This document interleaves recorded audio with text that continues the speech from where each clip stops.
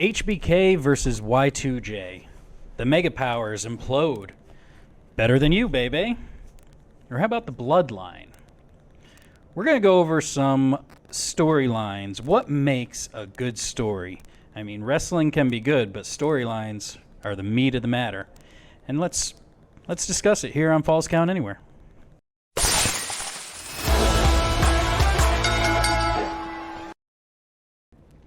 Welcome back to Falls Count Anywhere, show where the situations are made up and the points don't matter. This week, I'm desperate to talk about story. We have not talked about story yet throughout all of our Falls Count Anywhere episodes yet. We've done several lessons on lingo, and we've talked about ring psychology and gimmicks and stuff. I want to talk about story because for me, as an amateur writer, somebody that's written a few things in my life, bad story really grinds my gears. And while I am sympathetic to creative, my goal of this episode is to share with you some tools and techniques that good writers will employ to make their stories better.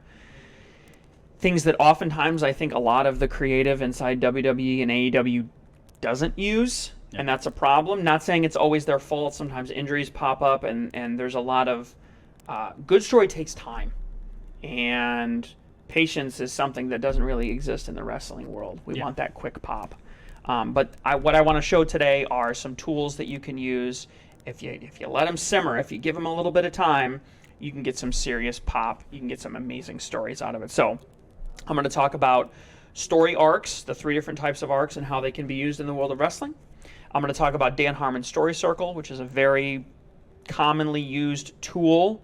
And I'm going to give you an example. I'm going to stick the Dark Knight inside the Story Circle to kind of give you guys an idea of how the Story Circle can be applied to a story, or how someone can use the Story Circle to enhance a story and to really make it interesting.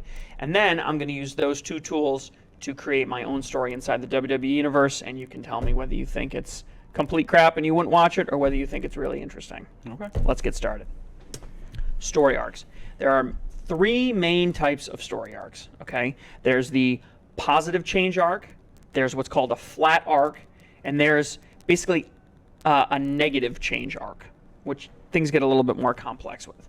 So positive change arc, very easy. You see this baby faces all the time. It's basically 3 steps.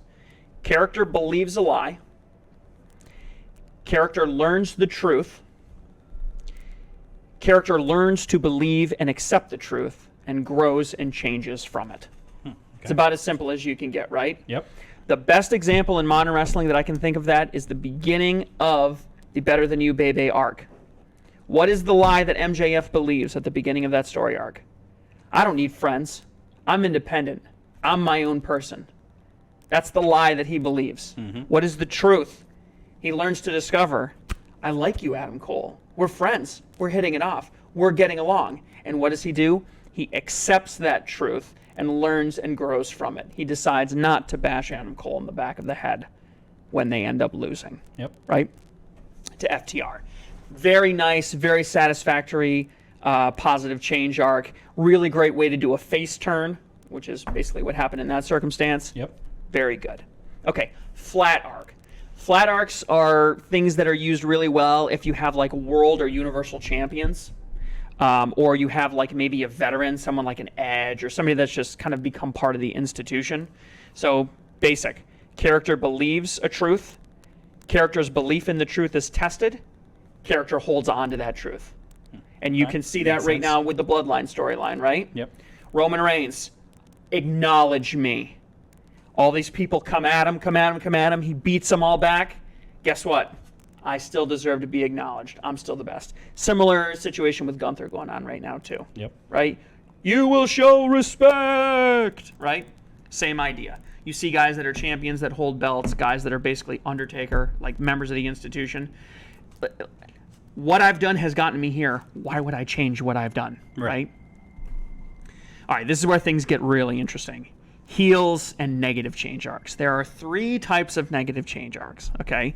There's the disillusionment arc, which is character believes a lie, he overcomes that lie, but the truth is tragic, right? I believe something. I believe I can win the championship. I can win it. I'm the best. I'm the best. I'm the best. No, that's not true. And that's a tragic truth. And that leads people into a negative spiral, right? I love this woman. This woman loves me. This woman loves me. Catches her cheating. The truth is tragic. She doesn't love me. Negative story arc off of that, right? Yep. There's the fall arc, which is character believes a lie, clings to that lie, rejects the truth that's presented before him, and then believes in an even stronger or worse lie. Probably the most popular one of this is maybe Magneto from the X-Men universe. So he's a character that believes a lie, which is basically that people and mutants need to be separated. He clings to that lie, even though he has Charles there and all these great mutants around him that support him and love him. I'm thinking of X-Men First Class in my head. Yep. He essentially rejects that new truth and then decides that now the new stronger or worse lie is that not only can we not live together, but humans need to be destroyed and they're inferior. Doubles down. Exactly. Yeah. And it's the tragedy of his Nazi concentration camp upbringing sort of makes us sympathetic to his character. We sort of understand why he might come to the conclusion that mankind is naturally evil. But it still is considered it's a fall arc. The corruption arc. Character sees the truth, rejects the truth, and embraces the lie. Best example is The Godfather. I don't know how familiar you are with The Godfather story. But basically, Michael Corleone enters the family. He's returning from military service. He's a college boy. He knows his family's corrupt. He understands that. However, he is pushed into it when his father is shot, and he ends up committing murder on behalf of his father and his family, and basically embraces the lie and becomes the head of the family. So those are the three major arcs. Every good story that you can think of fits into one of those arcs. It's what makes engaging characters. It's what makes interesting stories. Great stories have interesting plot points and characters that support that, but that is the basic arc, whether it's positive change, negative change, or flat arc. That's the basic story of every basic plot of any good story. Okay. Now let's talk about the story circle. The story circle is basically, it takes those arcs and it breaks them down into 8 particular chunks that you can use as a template. And what's so cool about this is it's fractal. What does that mean? It means that you could make this arc part of a 10-season television show, and it's an arc that could run a decade or more long, hundreds and hundreds of episodes long.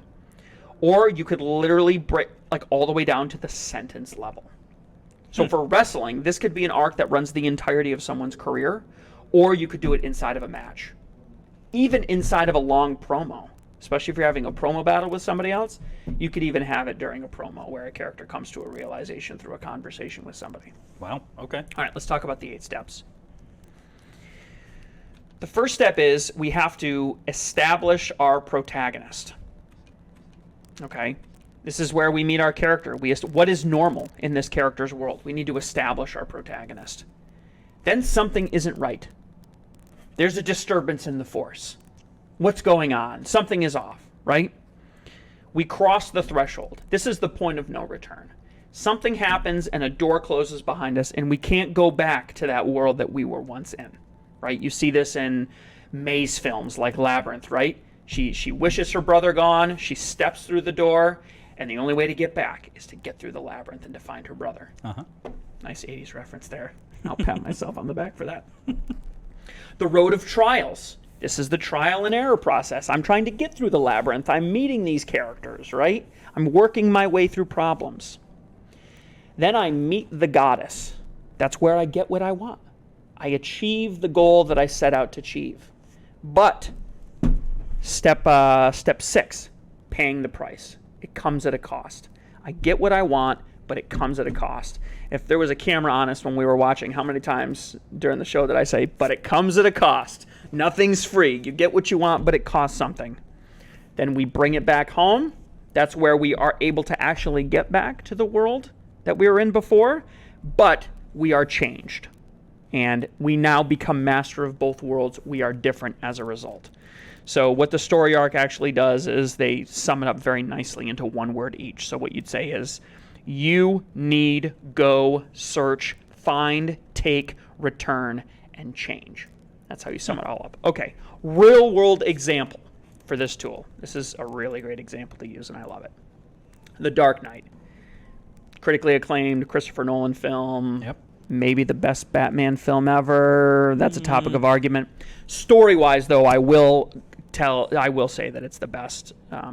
It's the best story, best Batman story on film. Establish the protagonist. Meet Bruce Wayne. He dresses up in a really scary batsuit and fights crime. He thinks he's a superhero. He brings the pain to Gotham's bad guys, right? Mm-hmm. Step 2, need. Something's not right.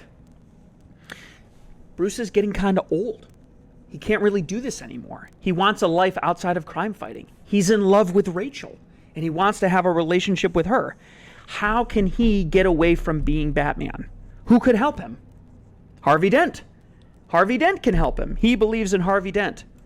But in order to help Harvey Dent take out crime, he has to find this guy named Lau, who's the financial key to all of the underground criminal enterprises that are taking over Gotham, right? So what does he do? He goes all the way to Hong Kong and he captures Lau, right? Yep. You're smiling because it's making sense, right? Yes, it's brilliant. Search. Now we're in our road of trials, right?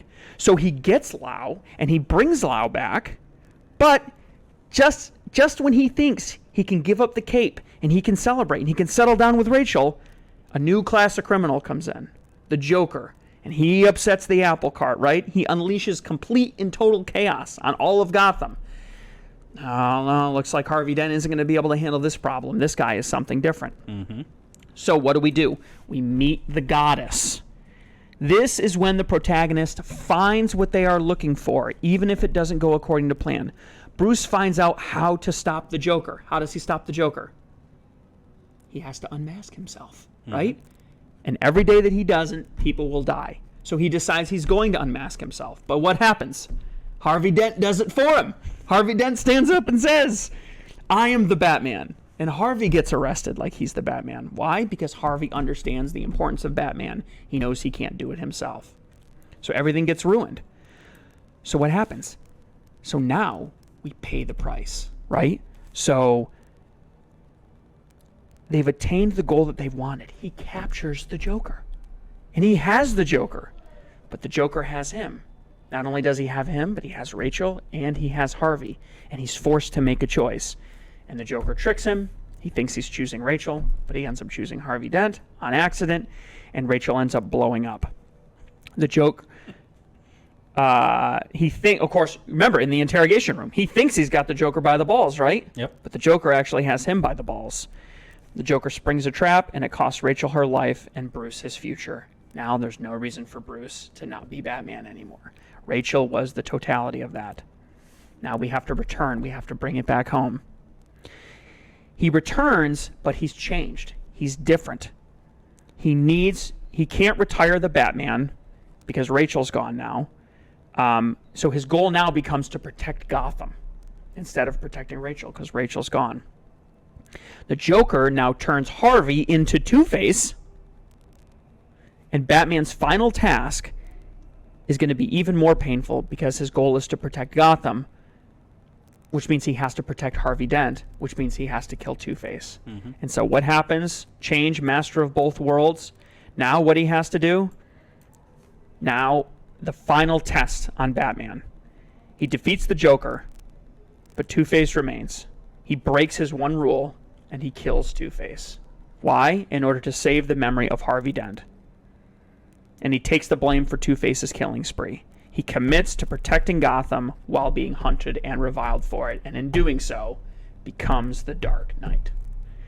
That is how you take Dan Harmon's story circle and you apply it in a way that's engaging. I got goosebumps describing that story. That's how good it is. Okay? That's probably the first time a wrestling podcast has broken down a Batman movie. Okay. So, this will not give you goosebumps. But let me show you how in just a matter of a few hours, and that's the amount of time I invested in this, really. I mean, a lot of thinking, but as far as writing is concerned, very little writing. And all I've done is completed an outline, okay? And I had an idea in my head, and the idea that I worked from was the red pill, right? The cultural milieu. What's a cultural milieu topic that really hasn't broken into the wrestling world? And I'm thinking about the red pill movement, right? This is like a men's movement of, it's basically like the Matrix, right? You take the red pill, you understand the reference. You take the red pill or the blue pill, you go back to sleep, red pill, you see the world as it really is. Okay. I haven't decided whether I'm going to call it the Red Pill Mafia or the 37 Club. I'm kind of leaning towards 37 Club. Let me describe to you what the 37 Club is. Let me read a brief description that I wrote. This is a group of men that are stuck in the mid-card position in the WWE universe. Think of them as a band of misfit toys. Guys that have shown amazing potential but have been underused at the company since being there, or since being called up from NXT to the main card. Mm-hmm. As many of them hit their late 30s, they can feel Father Time's cold grasp reaching out for them. They're all starting to feel a sense of urgency in their careers. If true greatness is in their future, they need to start now. The WWE Universe is telling them that they are unworthy and forgotten, but they're not giving up without a fight. Ultimately, their goal is to show the WWE Universe that they are truly worthy. And they will do this by systemically stripping the titles one by one from the current champions and consolidating power and influence. They grew up watching the NWO take over WCW, and now it's time to put those lessons to work. All members begin their process, their story arcs, by thinking that they can achieve greatness on their own, but eventually they learn that they need to band together with others, even those who are not close or maybe even enemies themselves previously, if they're going to be successful before their biological clock runs out. Okay. To say it biblically, the stones that have been rejected are about to become the cornerstone. Mm-hmm.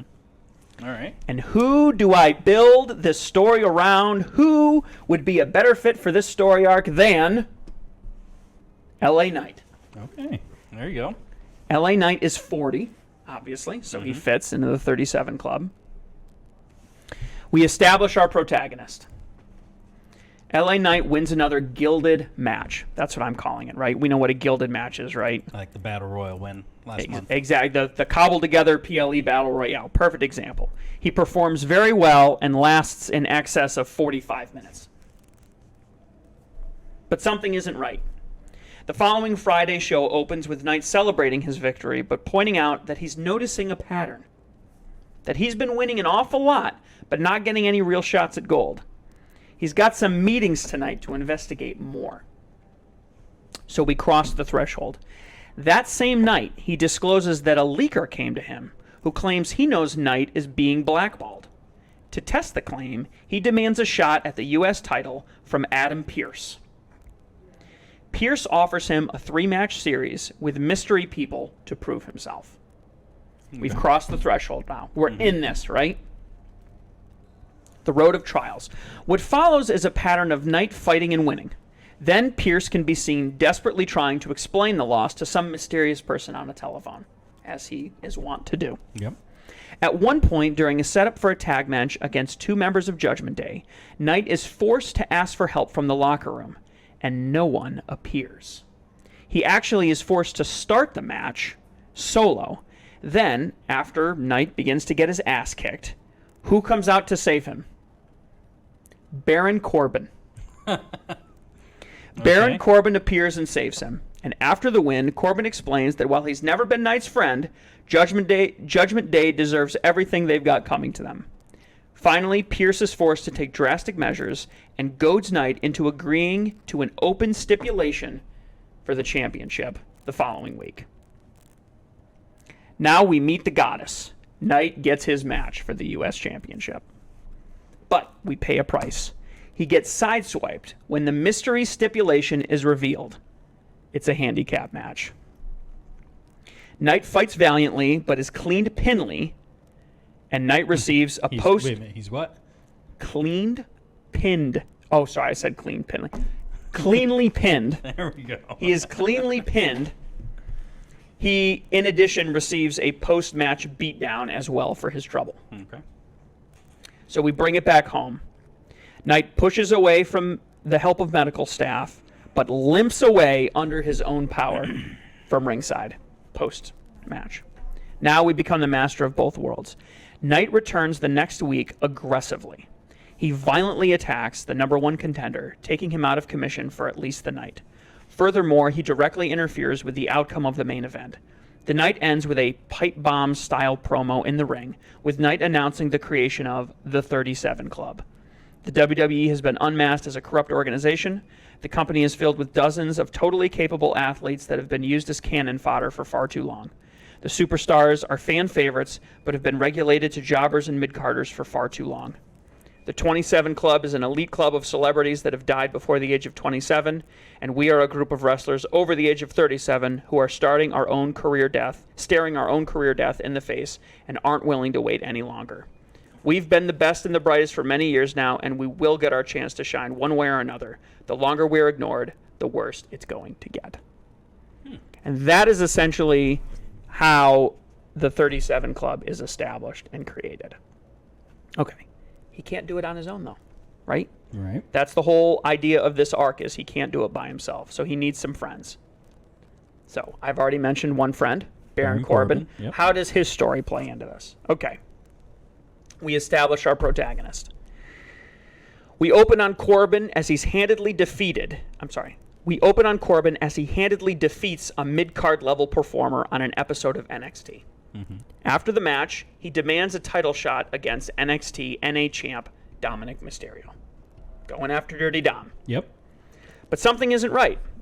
Dom laughs and is about to reject Corbin's challenge when Rhea Ripley stops him and whispers something in his ear, and he smiles and accepts the challenge for the following week. The next week, Corbin is on his way out to the ring when he's met by Ripley, who asks him if he wants to know what she whispered to Dom last week that convinced him to take the match. Intrigued, Corbin says yes, and she beckons him to lean in close, and she whispers in his ear, "So I could do this," and she knees him hard in the crotch. That bitch. As she walks away laughing, we hear his music hit. Needless to say, the match goes very poorly, and at the end of the match, Dom steals a token of Corbin's gimmick, claiming that he's confiscating Corbin's manhood, and struts off into the night with Rhea Ripley on his arm. I'm thinking maybe, I don't know how closely you're following, but Corbin's doing like a burn everything where he burned all of his old gimmicks. Previous gimmicks, yeah. Yeah, so the idea is that I think it's called Burn the Ships. So this new idea is he's creating this new gimmick for himself, and now that gimmick gets stolen from him. That's the idea of the manhood. So his current identity is being stolen from him. Okay, so we cross the threshold. Corbin appears out of nowhere to tag with LA Knight on SmackDown. Corbin secures the win by pinning Dom cleanly. So Dom's the guy from Judgment Day that he pins to support LA Knight. That's how we justify Judgment Day deserves whatever they get. Mm-hmm. Right? Okay. So we meet our road of trials now. So the feud with Judgment Day has been ignited. At first, Judgment Day tries to ignore Corbin, but he keeps reappearing and demanding a rematch with Dom. When Dom repeatedly denies Corbin a rematch and flaunts his possession of Corbin's manhood, Corbin begins sabotaging Dom and Judgment Day in general, the same way LA Knight was doing. Mm-hmm. As a free agent, he can follow them literally anywhere in the company and make their lives a living hell until he gets what he wants. Throughout the process, he befriends Dexter Lumis. Wow. Forgot he's still with the company. Who comes to his aid multiple times as he has beef with Judgment Day from well before WrestleMania 39. They bond closely over their age and make many 80s and 90s pop culture references that others in the locker room cannot follow, mostly because they're either too old or too young. They become very close over the course of 6 to 8 weeks. Okay, now we meet the goddess. Eventually, and in the heat of the moment, Dom agrees against the wishes of his teammates. Corbin secures his NXT North American Championship opportunity at the main roster. At a main roster, not an NXT, a main roster premium live event. But he pays the price. As the match progresses, things look to be in Corbin's favor as Judgment Day gets tossed from ringside. But there's a ref bump late in the match, and Judgment Day quickly moves to take advantage of the situation. Loomis appears at ringside to save Corbin, but due to a series of unfortunate events, Corbin needs to seriously damage Loomis to do it. I don't know exactly how it's going to set up. Maybe somebody's on top of Loomis and Loomis is knocked out or something like that, but he can't win the match without hurting Loomis. That's the takeaway. Corbin can't do it, and Judgment Day quickly recovers and smacks Corbin with the belt. As the ref recovers, Dom retains the title. Now we bring it back home. Corbin is devastated. Loomis picks him up, and they walk off together in defeat. But as they exit, Loomis reveals that in all the confusion and ruckus of the match, he was able to regain possession of Corbin's manhood. He returns it to him, and Corbin smiles. It's as satisfying as it is symbolic. It's an acceptable consolation prize for him. Now Corbin becomes master of both worlds. He begins appearing with LA Knight as a member of the 37 Club and represents the 37 Club as a utility player, as he can move from brand to brand without any trouble at all because he's a free agent. Okay. He can go anywhere. All right.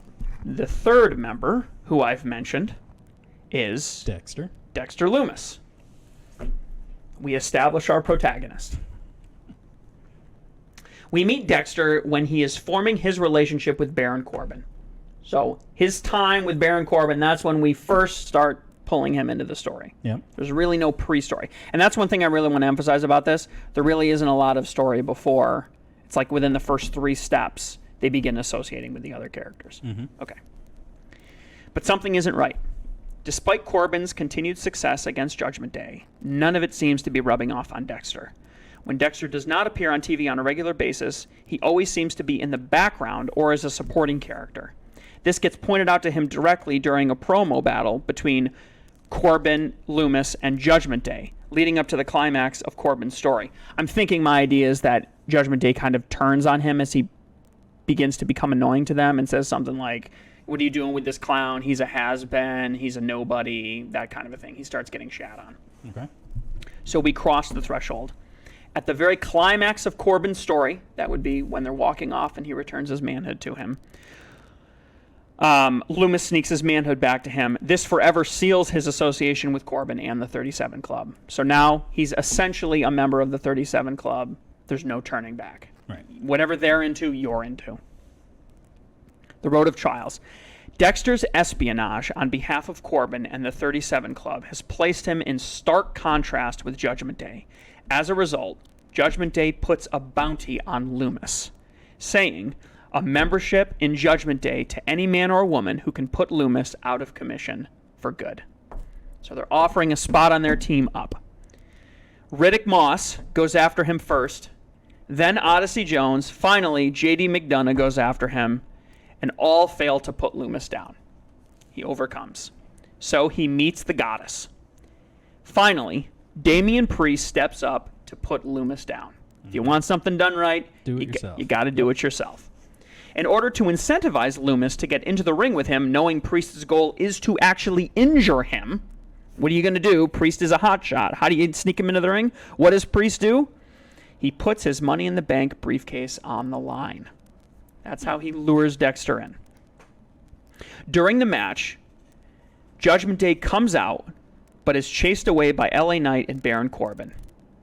There's a special stipulation used. So a special stipulation has to be used, something like an I Quit match, or a knockout match, or a casket match, or a falls count anywhere match. There has to be some kind of special stipulation. Loomis goes over after some kind of unbelievable high-risk move. Think Mick Foley's dive from the top of the cage, or Shane McMahon's fall from grace, or something like that. Some crazy spot. He is now the proud holder of the Money in the Bank briefcase. But he has to pay a price. The damage has been done, and the following week, Loomis limps out to the ring and has to announce that he is injured and not cleared to wrestle, and has to vacate the Money in the Bank briefcase. He's going to be injured for longer. He won't be medically cleared until after that briefcase retires, which would be Money in the Bank next year. Right. Okay. So we bring it back home. That same night, after the briefcase is confiscated from Loomis, he's approached by Knight and Corbin. They congratulate him and offer him a spot at the 37 Club. He is well satisfied and a satisfactory consolation, and he becomes the master of both worlds. Loomis happily joins the 37 Club and heals while on the road, supporting the team, specifically as more of a mouthpiece or manager type situation, as for a while, it's going to be kayfabe, but for a while he's not going to be able to wrestle actually on. And we would probably do some kind of a healing arc where they start going, Judgment Day or whoever starts going after him as the weak link to get to the other ones, as he has a knee injury or whatever it happens to be. That is a brief story arc outlining the establishment of the 37 Club using the 8-step process and the fall arc and all the arcs associated with it. Quickly, what do you think? What are your initial thoughts? Initially, I was thinking this sounds like what the Nexus could have been if they had done it properly. Sure. Nexus had 8 guys in it? 6 or 8 guys? Yeah. That's what I'm targeting, 6 to 8 guys. Yeah. For the whole. Yeah, that's definitely something I would like to see. It sounds like something much more well thought out than what we see mostly now. I mean, my whole idea is to make a garbage plate of story. I mean, these are guys that wrestle primarily at live shows. Mm-hmm. You're doing very little story-wise with them. Not really face, not really heel. They do some heel-type tactics, but primarily they're trying to get over with the crowd, as most of their moves are typically done in defense of other people. But they're chasing the gold. I think that you got guys in there that could write some really great promos, a lot of great references, millennial references that'll appeal to people of a certain age that are typically their age. You got a comedy angle with people not getting the jokes that they're telling and stuff like that. Or you got what's the old Marvel joke with Spider-Man? I watched this really, really old movie, called Bad Boys, or something like that. You could work with.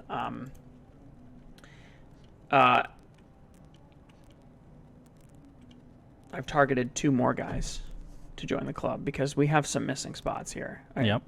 So I'm thinking there's an easy way to rope Johnny Gargano into this, who turns 37 in August of next year. And if you're going to bring Johnny Gargano in, you got to bring Tommaso Ciampa in. Yep. And they would tag together. And they would chase after the tag titles together in the next year or so. So that's just a very brief outline, but you get the idea of what I'm talking about. These types of things take time. This is probably a 3 to 6 month process, and it's staggered. You've got LA Knight that's maybe, depending on how quickly you want to do it, between 1 week and 1 month into his process. Before Baron Corbin comes in. Right, before Baron Corbin. And then you've got another month or 2 before you've got, Dexter Loomis being involved in the storyline. Mm-hmm.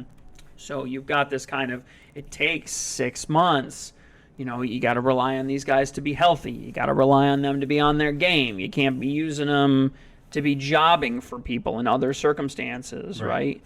You could put them in live shows, but you have to have them winning. You can't have them losing. But it's the kind of thing where you could wrestle. Each one of these guys really only wrestles 3 to 5 times in a row. They're basically beating other guys. Nobody I mentioned is a jobber. There's no jobbers in there or anything like that. There's none of that stuff. And then, you got some promos that you do on the inside to provide backstory and explanation associated with it. I think that I'm biased. I don't think it's that hard to do. No, I agree. I didn't change any of their gimmicks. I didn't do any massive face turns or heel turns. LA Knight, if he's going for a heel angle, he can still be as mean and nasty and rotten as he wants to be to Adam Pearce. Do a Rock thing. Be as mean to the authority figure as you want. You can still be a heel and get over with the crowd. So this requires almost no change to the plot.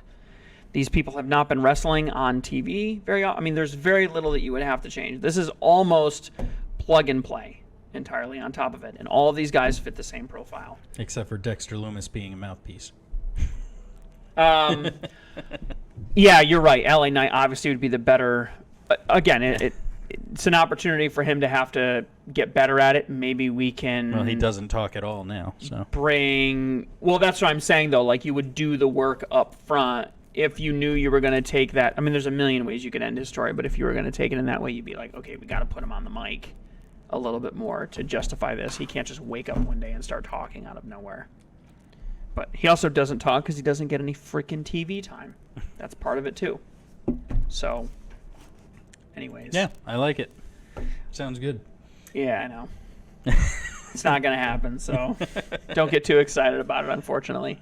Unless somebody's watching our show, feel free to email me, wrestlingwiththebusiness@gmail.com. I will happily get back to you with an outline, and we can work together on this story and pull your company out of the toilet. Excuse me. Pull the stories associated with your company out of the toilet. Anything else? No, that's it. I'd like to do this. Maybe I'll provide an update in the future to the story. Yeah, do some wrestling fanfic. That's probably the best way to describe what I'm doing right now. Right? Wrestling fan fiction. It's not exactly... It's not fantasy booking. Right. It's more than that. It's, yeah. Wrestling fanfic. That's There a you good go. way. I like that. Maybe they'll show up on our website sometime. A little monthly addition to the story. Subscribe for $5 a month to get my latest installment. Yeah, we're not that cheesy at this time. All right, guys. Thanks for listening. Hey, let us know below. What do you think? Do you like the story? Do you hate the story? What are some storylines that are going on right now that you think are maybe hidden gems? What are some things that they should change about the storyline going forward to make things better? In the meantime, you keep watching, and we'll keep fanficking with the business.